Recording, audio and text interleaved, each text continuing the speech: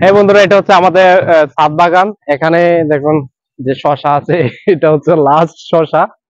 একটি গাছ আছে এখানে, এই গাছটির থেকে এই শশাটা পাড়া হয়েছে। এটা ওয়াশ করো, এটা অর্গানিক শশা আমাদের ছাদের উপরে। আমাদের ছাদ বাগানটা দেখুন, অনেক সুন্দর। আপনারা বিকেলের সময় এখানে টাইম পাস করতে পারবেন যদি আপনাদের ছাদের উপরে এভাবে ছাদ বাগান করেন। এগুলো হচ্ছে বেগুন গাছ।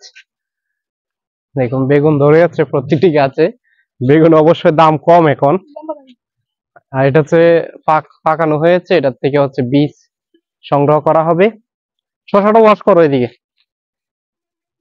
আর এই হচ্ছে আমাদের নীলমরিচ গাছ।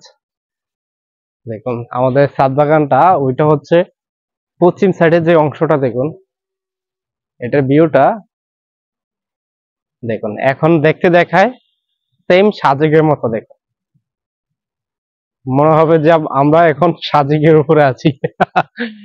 কারণ সূর্যটা অস্ত যাচ্ছে, দেখুন সূর্যটা ডুবে যাচ্ছে আস্তে আস্তে করে।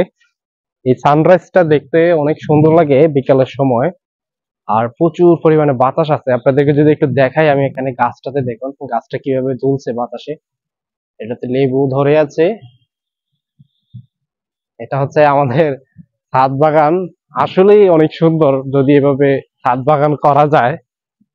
একটু কষ্ট করলেও কিন্তু ভালো লাগে। যখন আপনারা ছাদ বাগানের ফলগুলো খেতে পারবেন, তখন দেখবেন আপনাদের নিজের কাছেই কিন্তু অনেক ভালো লাগবে।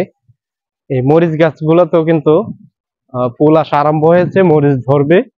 আর এইদিকে হচ্ছে যে আমাদের শশা গাছটা, এটা থেকে আমরা পুরো রমজান মাসে শশা খেয়েছি। এই গাছগুলো এখন মারা যাচ্ছে, কারণ শশা গাছ হচ্ছে 20 থেকে বা 1 মাস, সর্বোচ্চ 1 মাস পর্যন্ত ফলন দিয়ে থাকে।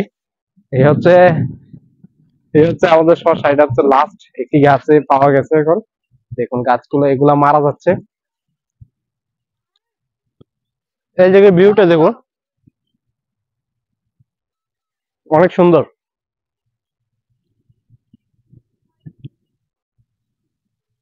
তাদের উপরে আমরা একটা পুঁইশাক গাছ রোপণ করেছিলাম, সেই গাছটি কিন্তু ভাইরাল হয়েছিল।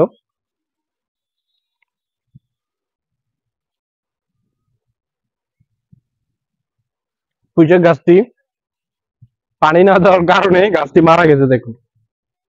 কারণ 2 দিন পানি দেওয়া হয় নাই, গরমে গাছটা মারা গেছে। এখন আবার পানি দেওয়া হচ্ছে, যত্ন নেওয়া হচ্ছে। এটা ঠিক হতে বা 1 সপ্তাহ সময় লাগতে পারে। 1 সপ্তাহ পরে বা হয়তো বা ঠিক হতে পারে এটা। তিতা, হোয়াই, প্রচন্ড পরিমাণে তিতা। কারণ আগের যেগুলো তোলা হয়েছে এগুলো কিন্তু তিতা না, আজকেরটা প্রচন্ড পরিমাণে তিতা। সেটির কারণ